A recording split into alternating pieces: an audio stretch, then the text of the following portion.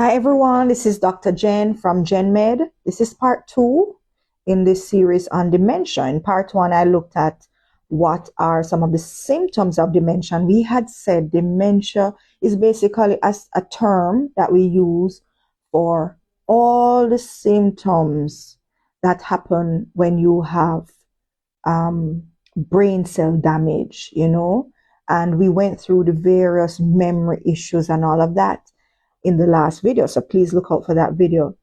In this video, I'd like for us to explore some of the things that put you at risk for dementia. You may want to say what causes dementia, but I can't call it a true cause. But certainly there are high risk factors for dementia, right? Now, as we mentioned before, you have different types of dementia. And when you think of Alzheimer's in particular, what they have found in those brains is that there are these abnormal proteins, these plaques that are deposited on the brain. So that has been an association with dementia, that type of dementia. Why are these abnormal proteins deposited, these plaques and tangles? That is the $1 million question. And a lot of the drugs aim to remove that, right? Certainly, there is a genetic predisposition. We tend to see dementia running in families. It don't mean because your granny had it that you must have it, but it does mean that you will have to do everything to optimize your brain health. You know what I mean? So what I have seen, especially as I care for a lot of elder patients, is that you will have some elders with very sharp brains, sharp like a tack, same way.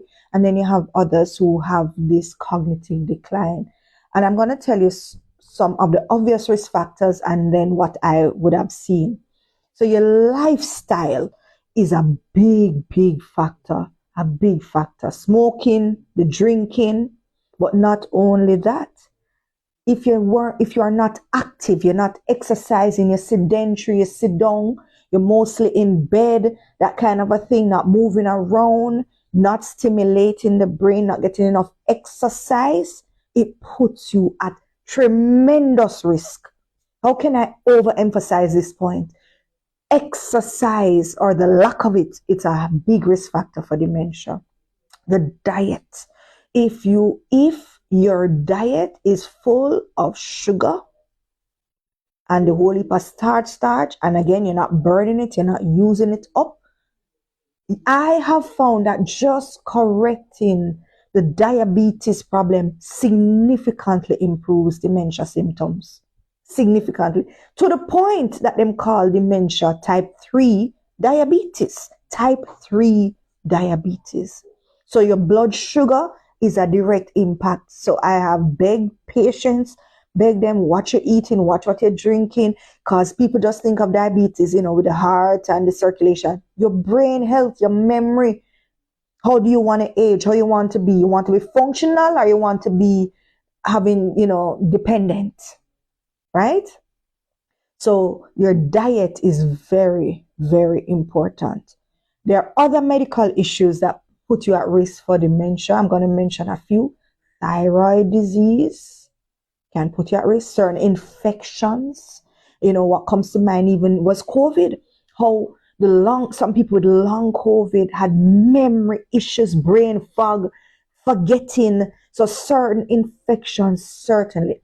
Anything that puts a lot of stress, So if you had a very stressful life, childhood, adulthood, and you were unable to process this stress, process it, heal from it, and you still replay the stress over and over, it becomes taxing. You ever notice that if you go through something very stressful during that time of that acute stress, it's like your memory not so sharp? So this is now my observation in what I see with the elders. Chronic stress, psychological pain, issues from before, guilt, shame where you feel about things you have done or not done or whatever, and it haunts you into your older age, does, in my Dr. Jen opinion, contribute to the development of dementia. And my theory is that it is via a chronic stress response, you know, because remember, as I said before, dementia is um, is the term for when you have all these symptoms, you know. I'm just looking, how could I forget? My auntie had this, my grand aunt, vascular dementia.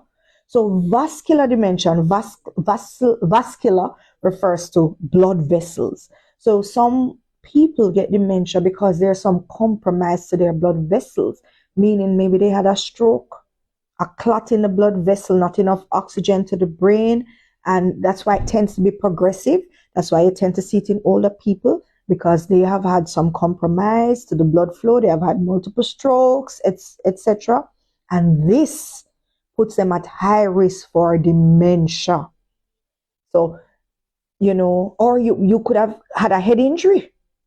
You drop, you had a traumatic brain injury, and it can put you at risk for dementia. So as to what I said in the first video, dementia is an umbrella term for when there's brain damage, brain cell damage leading to um, cognition and memory issues, language issues, um, mood changes, personality change, but it can be many things that cause it or put you at risk for it. So if you and I want to be wise, we would try to prevent or reduce as many of these risk factors as possible that we can.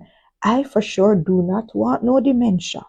So keep your brain stimulated, protect your brain by, how you eat, you exercise. In the next video, we're going to go through what I think is a good approach to try and, prevent and help dementia.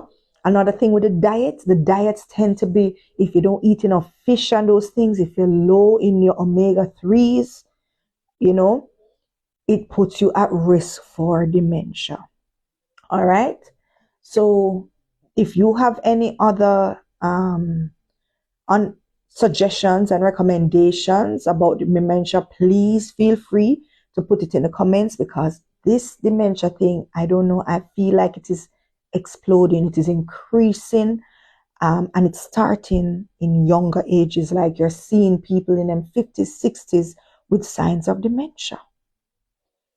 Until next time, look out for the next video where we're going to treatment approaches to dementia. Until next time, this has been Dr. Jen. Bye.